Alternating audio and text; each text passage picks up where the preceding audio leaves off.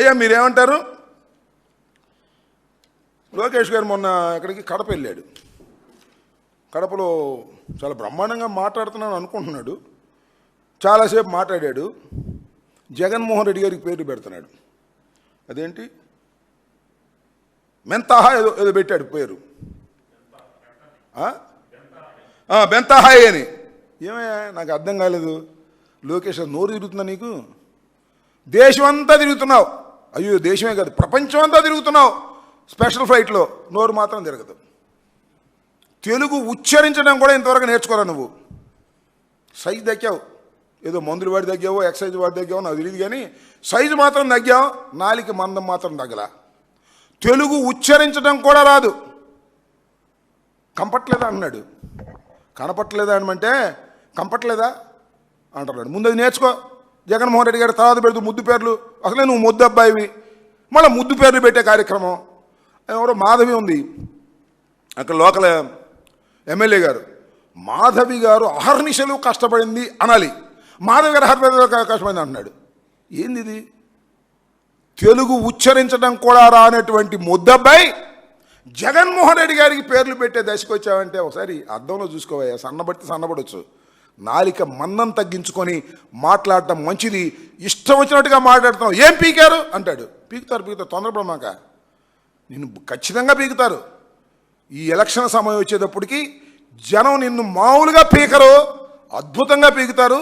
ఆ పీకుడు సెక్షన్ ప్రారంభమైనప్పుడు నువ్వు ఎక్కడ ఉంటావో చూస్తాం.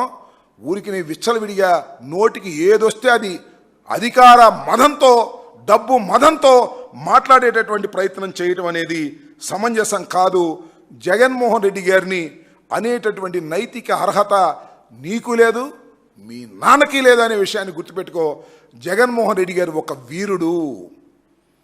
కేంద్ర ప్రభుత్వాన్ని వ్యతిరేకించి ఒక రాజకీయ పార్టీని పెట్టి కష్టపడి ఓటమి ఎరుగని విధంగా ముందుకు తీసుకువెళ్ళాడు. పార్టీ ఒకసారి అధికారంలోకి వస్తుంది, ఒకసారి అధికారంలోకి పోతుంది, అది వేరే అంశం. కానీ జగన్మోహన్ రెడ్డి గారు ప్రజల పక్షాన నిలబడి పోరాట యోధుడిలాగా చేసేటువంటి వ్యక్తిని నీ ఇష్టం వచ్చినట్టుగా మాట్లాడేటటువంటి ప్రయత్నం మీరు చేస్తున్నారు. ఇది సరైనటువంటి విధానం కాదని కూడా ఈ సందర్భంగా చెప్పదలుచుకున్నాం. ఇంకా చంద్రబాబు నాయుడు గారు సూపర్ 6 అయిపోయిందంట. సూపర్ 6 ఓవర్ అయిపోయింది అంటున్నాడు. ఏమైంది? ఆడబిడ్డ నిధి ఏం చేశారు? ఏమండి చంద్రబాబు నాయుడు గారు, ఆడబిడ్డ నిధి ఏం చేశారు గుర్తుందా మీకు? మర్చిపోయారా? ఎన్నికల ముందు మాత్రం అన్నీ గుర్తుంటాయి, ఎన్నికలు అయిపోయిన తర్వాత మర్చిపోతారు. మేనిఫెస్టో తీసి బొట్లో పడేస్తారు. నిరుద్యోగ భృతి ఏమైంది? ఎవరికైనా ఇచ్చే ప్రయత్నం చేస్తున్నారా? సూపర్ 6 అయిపోయింది కడగొద్దు అంటున్నాడు. మరి నిరుద్యోగ భృతి ఏమైంది? నిరుద్యోగ భృతి మాత్రం 50 ఏళ్ళకే ఫెన్షన్ అన్నారు. ఏమైంది 50 ఏళ్ళకి ఫెన్షన్? ఇచ్చిన 143 వాగ్దానాల్లో కొన్ని అరకొర చేసేసి అయిపోయింది కొట్టడం సబ్స్ మమ్మల్ని ఎవరు అడగడానికి వీల్లేదనేటువంటి పరిస్థితుల్లో ఇవాళ మీరు మాట్లాడుతున్నారు. చాలా డెవలప్ అయిపోయారు. ఎంత డెవలప్ అయిపోయారంటే, సరే ఇంతకు ముందు వెన్నుపోటు పోవడంలో మిమ్మల్ని మించిన వాళ్ళు లేరు, కానీ ఈ మధ్యన లేటెస్ట్గా మిమ్మల్ని చూస్తుంటే చాలా గొప్పగా అనిపిస్తుందండి. మొన్న ఈ మధ్యన ఎక్కడికి వెళ్ళాడు? కాకినాడ వెళ్ళాడు. కావలి దగ్గర మత్స్యకార భరోసా కోసం మత్స్యకార దేని గురించి వెళ్ళాడు. మత్స్యకారుల దగ్గర డ్రామా వేసి మొదలెట్టాడు. ఎంత అద్భుతమైన డ్రామా అండి. చేపల పులుసు వండాడంట, చేపల ఫ్రై వండాడంట, అవి తిన్నాడంట. చేపల పులుసు చెంచాతో తిన్నాడు. చూసారా? నేను చేపల పులుసు నా చిన్నప్పుడు ఇది అంటున్నా, చెంచాతో చేపల పులుసు తింటాం నాకు తెలియదు. ఇంకో గొప్ప విషయం, మీరు ఆశ్చర్యపోతారు, అసలు స్టవ్ వెలిగించుకోకుండానే చేపల పులుసు వండినటువంటి ఘటన సమర్థుడు నారా చంద్రబాబు నాయుడు గారు. ఎంత టెక్నాలజీ పెరిగిపోయిందండి. అసలు గ్యాసు మండలేకోకుండా, గ్యాసు స్టవ్ వెలిగించుకోకుండా, గ్యాసు స్టవ్ మీద చేపల పులుసు వండినటువంటి ఓ మహానుభావ నారా చంద్రబాబు నాయుడు గారు. ఎందుకయ్యా ఈ డ్రామాలు నాకు అర్థం కాలేదు. అడుగు ఓట్లు పర్లా, చేపల పులుసు వండితే మత్స్యకారులందరూ నీకేసేస్తారా ఓట్లు? మత్స్యకారులకు సరైనటువంటి విధానంలో పరిపాలన చేస్తే, వారి సంక్షేమ కార్యక్రమాలు అందిస్తే మత్స్యకారులు నీకు ఓటేస్తారు. చేపల పులుసు వండేస్తే, డ్రామా వేస్తే నీకు ఓట్లు వేసేస్తారా? తెలుసుకో. ఆ డ్రామాల్లో నాకు బాగా గుర్తొస్తుంది, పాపం చనిపోయి ఎన్టీ రామారావు గారు ఎక్కడున్నాడు, మా అల్లుడు నాకన్నా అద్భుతమైన నటుడు, నేను తెర మీద నటిస్తాను, మా అల్లుడు మాత్రం నిజ జీవితంలోనూ నటిస్తాడని ఆ రోజునే చెప్పాడు. ఇప్పుడు కూడా అద్భుతంగా నటించేటటువంటి కార్యక్రమం చేస్తున్నాడు. మనం అందరం అనుకుంటాం, ఆ రామానాయుడు గారు ఉన్నారుగా, మా ఇరిగేషన్ మంత్రి గారు, ఆయన రీలు గైపితే చాలు ఒక డ్రామా వచ్చేస్తుంది. పచ్చ చొక్కా వేసుకోవటం, పలికి నెత్తిని పెట్టుకోవటం, పచ్చ చొక్కా వేసుకోవటం, భోజనం వడ్డీయటం. ఆయన మించిపోయాడు. ఈయన గ్యాస్ బండ లేకోకుండా, గ్యాస్ స్టవ్ వెలిగించుకోకుండా ఆయన సూపర్ 6 చేయడు. కానీ గ్యాసు బండ వెలిగించుకోకుండా, గ్యాసు లేకోకుండా చేపల పులుసు వండేటటువంటి సమర్థతకి వెళ్ళిపోయాడు మన చంద్రబాబు నాయుడు గారు. అయ్యా చంద్రబాబు నాయుడు గారు, నేను మీకు ప్రత్యేకంగా చెబుతున్నా, మీ బాబు కొడుకులు ఇద్దరికీ కూడా, ఆ లవ్ క్యాష్కి, ఈ చీటింగ్ చంద్రబాబు నాయుడు గారికి చెప్తున్నా, జగన్మోహన్ రెడ్డి గారిని రోజు తిట్టి గొడ్డలి పార్టీ, ఆ పార్టీ, ఈ పార్టీ అని భయపడిపోతున్నారు మీరు. వచ్చేది మళ్ళా జగన్మోహన్ రెడ్డి అని మీ హృదయాలకు తెలుసు. అందుకే భయపడి ఏదో ఒక విధంగా జగన్మోహన్ రెడ్డి గారిని బురదలాలనేటువంటి ఒక కార్యక్రమాన్ని మీరు నెత్తిన పెట్టుకున్నా సరే ప్రజలు మాత్రం అన్నింటినీ కూడా గమనిస్తున్నారు. దానితో పాటు ఇంకొక విషయం కూడా చెప్పాలి. మాది గొడవల పార్టీ, మీదే పార్టీయో? నేను అడుగుతా ఉన్నా, ఎంత మోస పార్టీ అండి మీది? ఈ సందర్భంగా ఒక్కటి చెప్పదలుచుకున్నా. ప్రొఫెసర్ నాగేశ్వర్ ఒక అనలిస్ట్, తెలంగాణకు చెందినటువంటి ఒక అనలిస్ట్. మీరు అదేవిధంగా పవన్ కళ్యాణ్ గారు జనసేన కలిసి ఏం చేస్తున్నారు ఆయన మీద? ఆయన ఏమున్నాడని మీరు చేస్తున్నారు? ప్రొఫెసర్ నాగేశ్వర్ అనే వ్యక్తి ఎమ్మెల్సీగా గెలిచాడు. ఎవరిని ఓడించి? కాంగ్రెస్ను ఓడించాడు, భారతీయ జనతా పార్టీని ఓడించాడు, అన్ని పార్టీల్ని ఓడించి క్రెడిబిలిటీతో ఎమ్మెల్సీగా గెలిచినటువంటి వ్యక్తి ప్రొఫెసర్ నాగేశ్వర్. ఆయన ఒక వ్యాఖ్య చేశాడు. ఆయనకున్న సమాచారం మేరకు ఒక వ్యాఖ్య చేశాడు. ఇన్ని ట్రోల్ చేస్తున్నారండి. ఆయన పేటీఎమ్మా?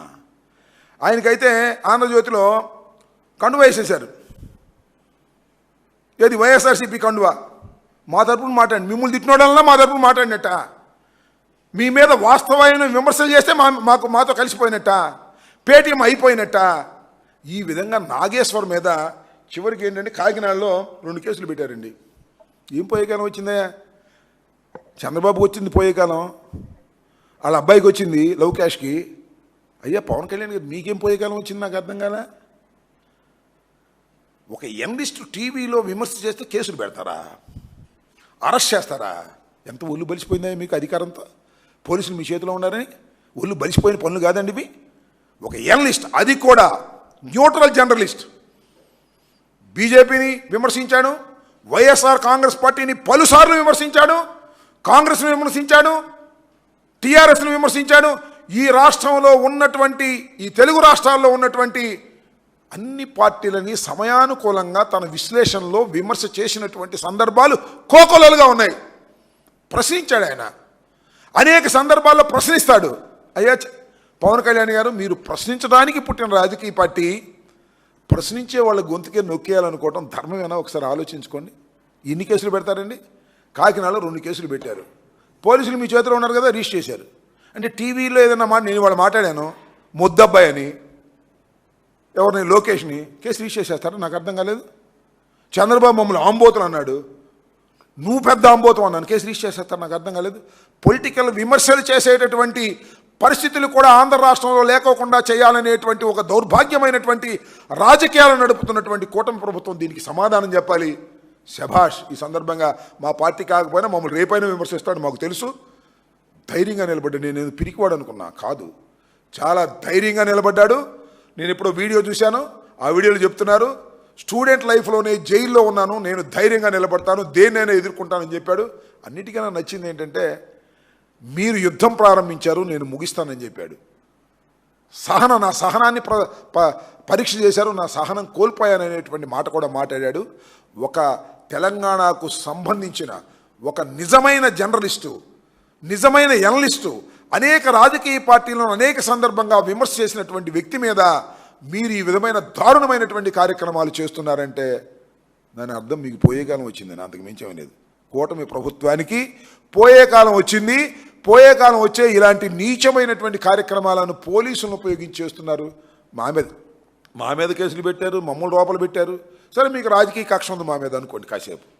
లేదా మా పార్టీ వాళ్ళ మీద కేసులు పెట్టారు, మా పార్టీ వాళ్ళని లోపలేశారు పోలీసులను ఉపయోగించి, పోనీ అనుకుందాం కాసేపు మమ్మల్ని ఏదో తొక్కేయడానికని. నాగేశ్వరికి ఏం సంబంధం నాకు అర్థం కాదు. ఆయన కూడా లోపలేస్తారా కేసులు పెట్టి? ఇదేనా మీ ధోరణి? అంటే లాఠీతోనే ఈ రాష్ట్రంలో పరిపాలన చేయాలని మీరు అనుకుంటున్నారు. ఎన్నాళ్ళు ఉంటుంది మీ దగ్గర లాఠీ?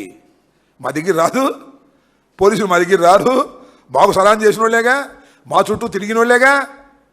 ఏంటిది? ఐపీఎస్ ఐఏఎస్ ఆఫీసర్లు న్యాయంగా ధర్మంగా ఉండాలి, ఇలాంటి కేసులు రిజిస్టర్ చేసేటటువంటి కార్యక్రమం ఐపీఎస్ ఆఫీసర్లు సహిస్తున్నారంటే ఇది మంచి పద్ధతి కాదు. కాస్త మీరు కూడా ఆలోచన చేయాలి అని ఈ సందర్భంగా సిన్సియర్గా ఉండే ఐపీఎస్ ఐఏఎస్ ఆఫీసర్లకు మనవి చేస్తున్నాను. ఇంకా చాలామంది ఉన్నారు సిన్సియర్గా ఉండేవాళ్ళు. దురదృష్టం ఏంటంటే సిన్సియర్గా ఉండే వాళ్ళందరూ కూడా నాన్ ఫోకల్లో పెట్టారు. మన ముద్దబ్బాయి లవ్ క్యాష్, అతని రాజకీయమే నడుస్తూ ఉంది తప్ప ఎవరి రాజకీయం నడవడం లేదు. నేను పవన్ కళ్యాణ్ గారికి చెప్తున్నా, మీరు డిఫరెంట్ పర్సనాలిటీ అని మొన్నటి దాకా నమ్మారు ప్రజలు. చంద్రబాబు లాగా ప్రవర్తించాలని నమ్మారు ప్రజలు. నీ జన సైనికులు కూడా నమ్మారు. ఇప్పుడు చంద్రబాబుకి నీకు లవ్ క్యాష్కి ఏ విధమైన తేడా లేదు. ఆ తానులో ముక్కవే నువ్వని అనుకునేటటువంటి పరిస్థితికి వస్తున్నావు. నీకు చాలా సందర్భాల్లో మెచ్చుకున్నాడు ఎవరు? ఈ ప్రొఫెసర్ నాగేశ్వర్. ఆయన మీద కూడా దాడి చేసే కార్యక్రమాలు చేస్తున్నారు. ఇది మాత్రం సరైనటువంటి విధానం కాదని తెలుసుకోండి.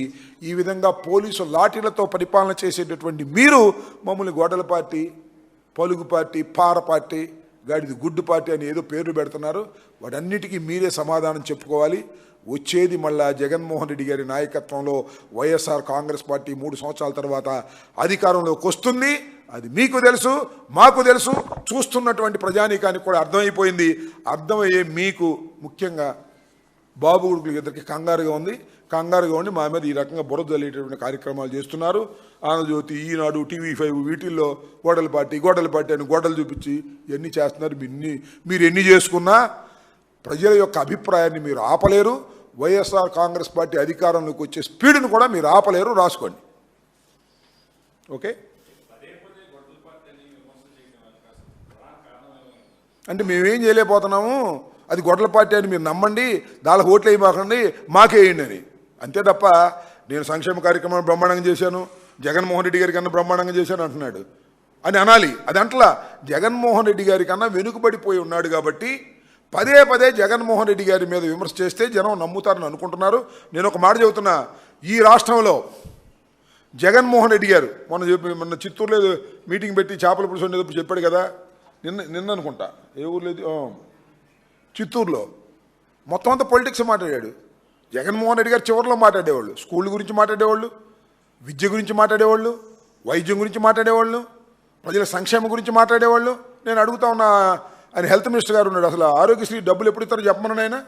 సత్యకుమార్ యాదవ్ ఏమో, ఆయన పేరు కూడా సరిగ్గా నాకు గుర్తులేదు, చెప్పమని ఆయన్ని. అది చెప్పరు. ఎంతసేపు వాళ్ళు చేయాల్సిన పని చేయకోకుండా జగన్మోహన్ రెడ్డి గారి మీద వ్యక్తిత్వంగా హననం చేయాలని, వారి కుటుంబం మీద బురదలనేటువంటి కార్యక్రమం చేస్తున్నారు.